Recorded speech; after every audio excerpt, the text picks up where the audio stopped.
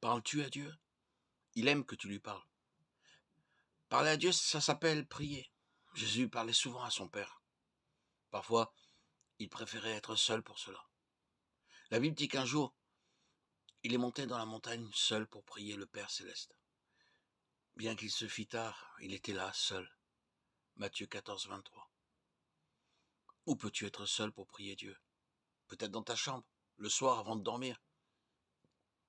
Jésus a dit, quand tu pries, entre dans ta chambre particulière. Et après avoir fermé la porte, prie ton Père. Matthieu 6, 6. Pries-tu tous les soirs avant de dormir? C'est bien de le faire. Jésus priait aussi quand il y avait du monde avec lui. Par exemple, quand son ami Lazare est mort, il a prié devant les gens qui se trouvaient près de la tombe. Jean 11, 41. Il priait aussi quand il se réunissait avec ses disciples. Tu vas à des assemblées, des réunions où l'on dit des prières, n'est-ce pas? C'est une grande personne qui prie. Écoute bien ce qu'elle dit, car c'est pour toi aussi qu'elle parle à Dieu. À la fin de la prière, tu pourras dire Amen. Sais-tu pourquoi? Pour montrer que la prière t'a plu, que tu es d'accord, que tu aurais fait la même prière. Jésus prie aussi avant de manger. Il remerciait Dieu pour la nourriture. Et toi, fais-tu une prière avant chaque repas? Il est normal de remercier Dieu. Quand tu prends un repas avec d'autres, il y a sans doute quelqu'un qui dit une prière. Mais quand tu es tout seul, ou quand ceux qui mangent avec toi ne remercient pas Dieu, que devrais-tu faire? Prier tout seul. Es-tu toujours obligé de prier à voix haute? Ou bien Dieu peut-il t'entendre si tu pries dans ta tête? Regarde ce qui est arrivé à Néhémia. Néhémia était un adorateur de Dieu, qui travaillait dans le palais d'un roi de Perse. Un jour, Néhémia était très triste d'apprendre que les murailles de Jérusalem, la plus grande ville de son pays, étaient complètement démolies. Quand le roi lui a demandé pourquoi il était si triste, Néhémia a aussitôt fait une prière dans sa tête. Puis il a expliqué au roi la raison de sa tristesse. Et il lui a demandé la permission d'aller à Jérusalem pour reconstruire les murailles. Que s'est-il passé ensuite? Dieu a répondu à sa prière. Le roi a dit à Néhémia qu'il pouvait partir. Il lui a même donné beaucoup d'argent pour les travaux. Cela prouve que Dieu répond à nos prières, même quand elles sont silencieuses. Néhémia 1, 2, 2, 4, 8. Les prières silencieuses, non verbales, ont quelquefois plus d'impact que celles prononcées par les lèvres. Une autre chose importante que la prière, c'est la posture. Faut-il absolument baisser la tête quand on prie? Ou bien se mettre à genoux? Qu'en penses-tu? Quelquefois, Jésus s'est mis à genoux pour prier. D'autres fois, il est resté debout. Dans certains cas, comme quand il a prié pour Lazare, il a levé la tête vers le ciel. Et qu'est-ce que cela montre? Quand on prie, ce n'est pas la position qui compte. Parfois, c'est bien de baisser la tête et de fermer les yeux. Tu auras peut-être même envie de te mettre à genoux comme Jésus.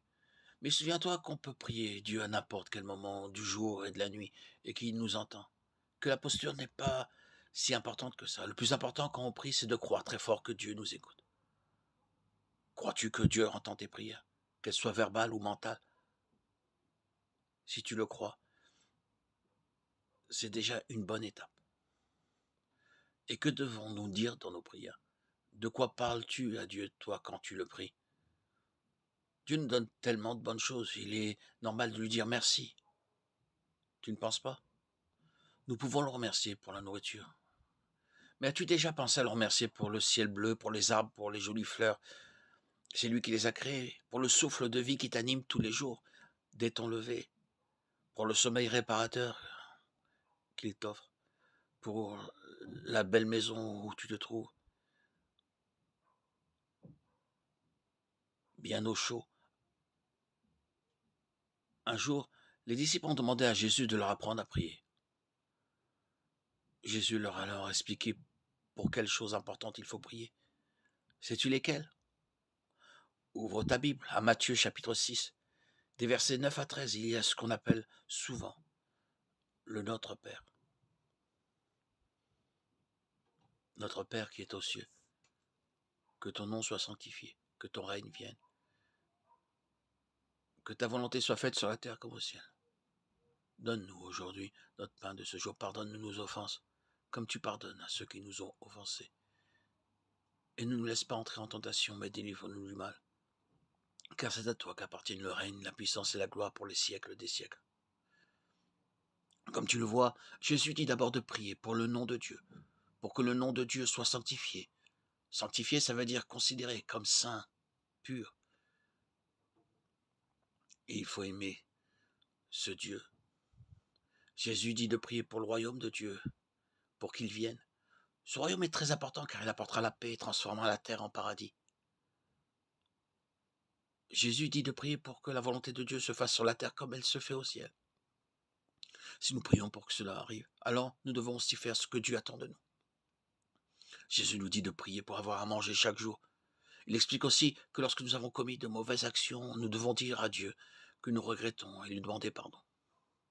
Mais pour que Dieu nous pardonne, nous devons d'abord nous pardonner à ceux qui n'ont peut-être pas été agréables avec nous. Arrives-tu facilement à pardonner?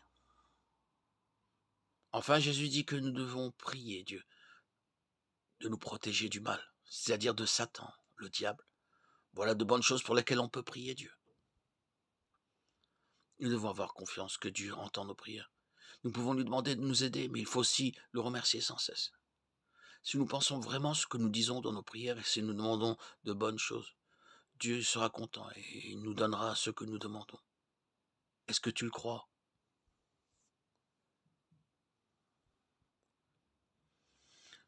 On peut trouver d'autres bonnes idées sur la prière en Romains 12, 12, en 1 Pierre 3, 12 et en 1 Jean 5, 14.